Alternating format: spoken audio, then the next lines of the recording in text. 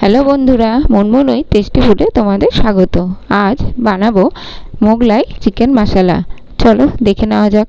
চিকেনটা আমাকে আগে ম্যারিনেট করে রাখতে হবে। তার জন্য নিয়েছি টমেটো বাটা, অল্প আদা রসুন বাটা, অল্প চিকেন মশলা আর লেবু রস দিয়ে ভালো করে ম্যারিনেট করে রেখেছি। অন্যদিকে পেঁয়াজ ভেজে তার বেরেস্তা করে নিয়েছি। তাতে কাজু বাদাম, পোস্ত আর সামান্য কিশমিশ দিয়ে ভালোভাবে বেটে একটা পেস্ট তৈরি করে নিয়েছি। এবার কড়াইতে তেল গরম করে তাতে গোটা গরম মশলা ফোড়ন দিয়ে ওর মধ্যে টমেটো বাটা, আদা বাটা, রসুন বাটা, পেঁয়াজ বাটা, ধনে গুঁড়ো, অল্প চিকেন মশলা দিয়ে ভালোভাবে কষতে হবে। অল্প হলুদ, লবণ, কাশ্মীরি রেড চিলি পাউডার দিয়ে ভালোভাবে কষতে হবে যতক্ষণ না তেল বেরিয়ে আসে। এরপর আগে থেকে বেটে রাখা যে পেস্টটা, সেই পেস্টটা আমি দিয়ে ভালোভাবে কষিয়ে নিয়েছি।